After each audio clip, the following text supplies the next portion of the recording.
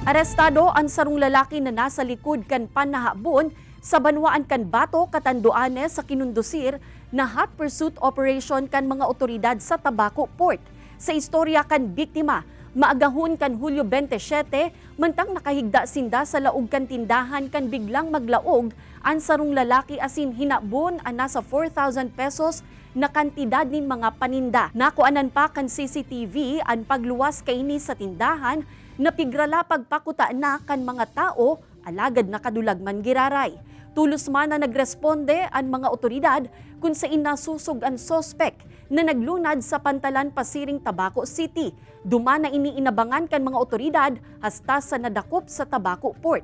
Sa report kan Bato MPS, ang nasambitan ng sospek ang pigtutok dong sospek pa sa iba pang harabunan sa lugar.